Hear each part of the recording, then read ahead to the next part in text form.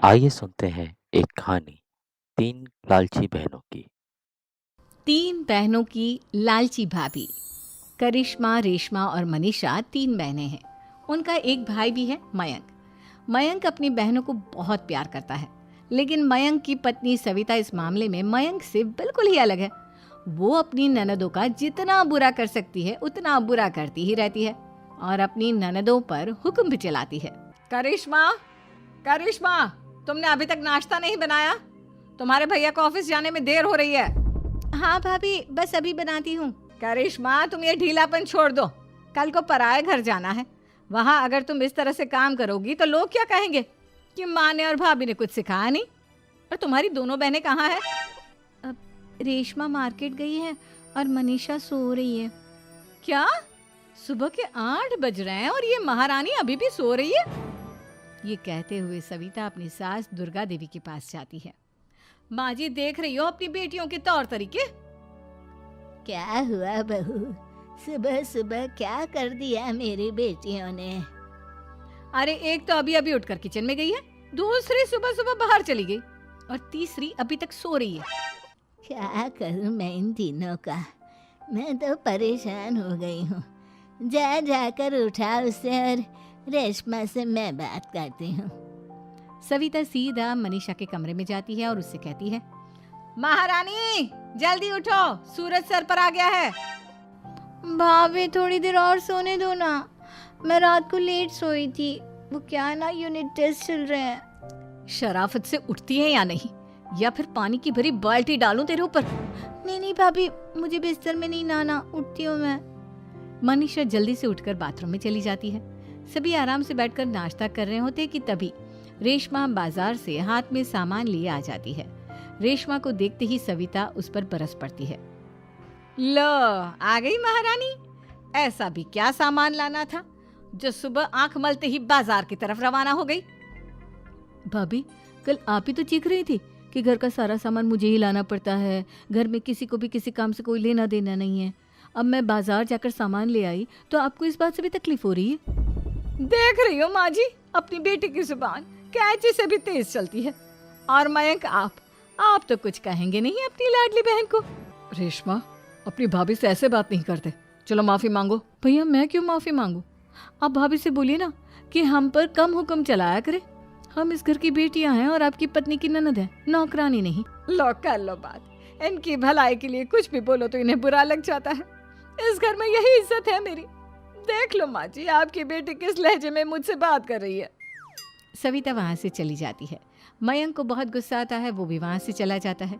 फिर करिश्मा रेशमा को समझाती है, रेशमा, तुम्हें भाभी से माफी मांग लेनी चाहिए थी ना। लेकिन दीदी, मैंने कुछ किया ही नहीं तो मैं माफी क्यों मांगू? हाँ करिश्मा दीदी, रेशमा दीदी जैसे ही घर में आई भाभी ही उन पर चिल्ला रही थी। हाँ, मैं मानती हूँ कि गलती भाभी की थी। मैं तो इसलिए बोल रही हूँ कि भाभी ने माँ को तो पूरी तरह अपने वश में कर लिया है। वो हमारी बात सुनती ही नहीं।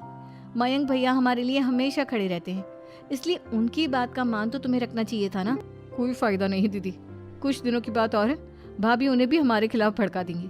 फिर वो भी माँ की तरह हमारी किसी बात का विश्वास नहीं करेंगे। इसी तरह सविता अपनी तीनों ननदों को किसी न किसी बात पर परेशान करती रहती थी। एक दिन मयंक अपनी तीनों बहनों के लिए गिफ्ट लाया। करिश्मा, ये तुम्हारे लिए हार का सेट। रेशमा, तुम्हारे लिए सुंदर सी ड्रेस। और मनीषा, तुम्हें किताबें पसंद है ना, तुम्हारे लिए किताबें लाया हूँ। थैंक यू भैया। थैंक यू भैया। थैंक यू भैया। करिश्मा, तुम्हारा नेकलेस कितना सुंदर है। ये भैया कहाँ से ले आए होंगे? मैंने भैया को 3 दिन पहले फोन पर ये डिजाइन दिखाया था और आज भैया ये ले आए। सविता तो अपनी ननदों के गिफ्ट्स देखकर जल गई और करिश्मा का नेकलेस तो उसे भी बहुत पसंद आया था। अपनी बहनों के लिए कितना अच्छा नेकलेस लेकर आए हैं, मुझे कभी कोई गिफ्ट नहीं दिया। मैं आज ही ये हार चुरा लूंगी। रात में सविता करिश्मा का हार चुरा लेती है और इसी तरह उसे अपनी ननदों की जो भी चीज़ अच्छी लगती वो उसे मांगती नहीं, बल्कि रात के अंधेरे में चुरा लेती। इसी तरह दिन बीतते गए और सविता ने मयंक के दिल में भी उसकी बहनों के लिए नफरत पैदा कर दी। एक दिन मयंक ने करिश्मा और रेशमा के लिए रिश्ता देखा और ये बात उसने घर में सबको बताई। माँ, करिश्मा और रेशमा के लिए बहुत अच्छा रिश्ता आया है। वो लोग कल इन्हें देखने आ रहे हैं। आप और सविता मिलकर सारी तैयारी कर लेना। ये सुनकर करिश्मा और रेशमा खुश हो जाती हैं, लेकिन सविता सोचती है अगर इन दोनों बहनों की शादी हो गई तो घर और बाहर का काम कौन करेगा। मनीषा तो एक नंबर की कामचोर है, उससे तो किसी बात की उम्मीद लगाना ही बेकार है। मुझे इस शादी को रोकना होगा। अगले दिन सभी लड़के वालों के स्वागत की तैयारी करने में लगे होते हैं। तभी मयंक अपनी बहनों से आकर कहता है, तैयार हो गई तुम दोनों? देखो दोनों लड़के बहुत अच्छे हैं, मैं कोई कसर नहीं छोड़ना चाहता, इसलिए तुम उनके सामने अच्छे से बिहेव करना और अपनी भाभी से लड़ने मत लग जाना। करिश्मा, तुम वो नेकलेस पहन लो ना जो मैं तुम्हारे लिए लाया था। भैया मैं बहुत देर से वो नेकलेस ढूंढ रही हूँ, लेकिन मुझे मिल ही नहीं रहा। क्या तुमने नेकलेस खो दिया? तुम्हें पता भी है वो कितना महंगा था? तुम कोई काम ढंग से नहीं कर सकती। मयंक गुस्से में वहां से चला जाता है। थोड़ी देर बाद लड़के वाले भी आ जाते हैं। वो दोनों बहनों को पसंद कर लेते हैं और रिश्ता पक्का हो जाता है। लेकिन सविता के दिमाग में तो कुछ और ही खिचड़ी पक रही थी। वो पंडित जी के पास करिश्मा की कुंडली लेकर जाती है और उन्हें पैसे देकर करिश्मा की कुंडली बदलवा देती है।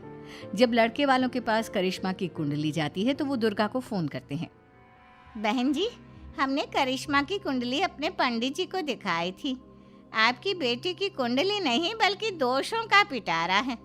देखिए, मैं और मेरे पति इन सब बातों में बहुत विश्वास करते हैं, इसलिए हम आपकी बेटी से अपने बेटे की शादी नहीं करा सकते। इस तरह करिश्मा का रिश्ता टूट जाता है और सभी घर वालों को बहुत दुख होता है। अब कविता सोचती है, चलो करिश्मा का तो रिश्ता टूट गया, अब रेशमा का भी रिश्ता तोड़ना है। क्या करूं?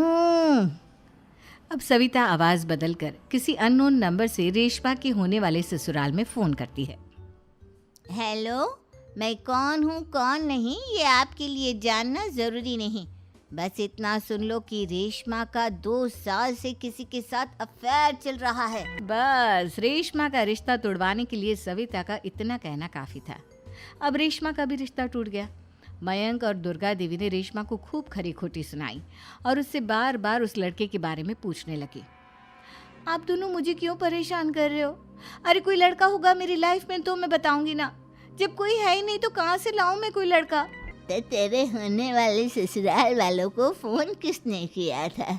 माँ मैं नहीं जानती किसने फोन किया था, मैं सच कह रही हूँ। मैं तो पहले ही कह रही थी इसकी लगाम खींच कर रखो, लेकिन मेरी सुनता ही कौन है। आप चुप रहिए भाभी, ये सब आपका ही किया धरा है। अब तीनों बहनों को विश्वास हो जाता है कि ये सब उनकी भाभी ही कर रही है। तीनों बहनें अपनी भाभी को सबक सिखाने के लिए एक वकील कर लेती है और घर में हिस्सा मांगना। देखो भैया, माँ बाप की जायदाद में जितना बेटों का हक होता है उतना ही बेटियों का, इसलिए इस घर के 4 हिस्से होंगे और हमें अपना हिस्सा चाहिए। मैंने तुम्हारे लिए क्या क्या नहीं किया और तुम इस घर में हिस्सा मांग रही हो? भैया, आप और माँ हम बहनों की कोई बात नहीं सुनते हो और भाभी हमारी शादी नहीं होने देगी क्योंकि उन्हें लगता है कि आप हमारी शादी में ज्यादा पैसा लगाओगे और उन्हें हम जैसी फ्री की नौकरानी कहाँ मिलेगी। तो हम भाभी के साथ तो रह नहीं सकते, हम बहनों को अपना हिस्सा चाहिए। अरे तुम्हें शर्म आनी चाहिए अपनी भाभी पर ऐसा इल्जाम लगाते हुए। वो तुम्हारे बारे में कितना सोचती है। हाँ माँ, भाभी हमारे बारे में बहुत सोचती है, दिन रात बस यही सोचती रहती है कि किस तरह से अपनी तीनों ननदों को परेशान करूं और कभी मुझे पढ़ने भी नहीं देती।